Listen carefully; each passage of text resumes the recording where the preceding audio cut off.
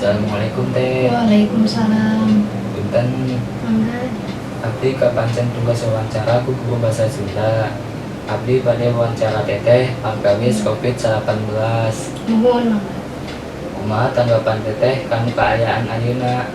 Namun tanggapan teteh tinu kaayaan ayeuna teh tos loba nu terjangkit Covid nya jang unggal poe teh nambahan wae tim barita teteh ningali teh tos 8.000 leuwih anu terjangkit Covid teh jang nu ratusan nu geus pupus.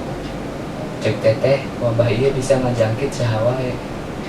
Biasana mah sesepuhnya jang nu sok terjangkit Covid na teh nu barudak mah masih kebal keneh imunna. Naon wae gejala anu timbul teh? Kemudian biasa nama nyeri tikoro, batu gangsa, Cara ngacegahna kumaha teh?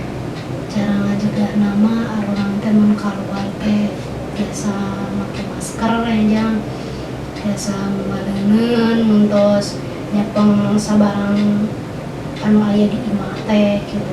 Terus di luar oge tiasa membaleuneun gitu jang tiasa membah suku gitu mun kaluar ti imah teh tong caket teuing tinu baturan teh tinu rencangan teh tong caket teuing kudu aya jarak lah jang tong caket teuing.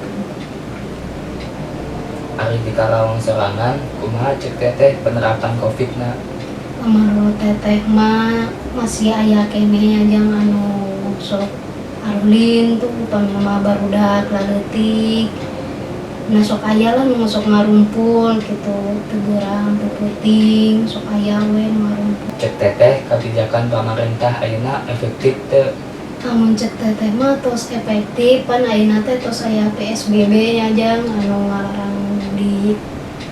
ngalarang kaluar ti zona merah gitu tuh tong ngalewatan zona merah. Cek teteh mah tos efektif ngan kadang arurangna sorangan gitu anu sok ngalanggar aturan ti pemerintah gitu.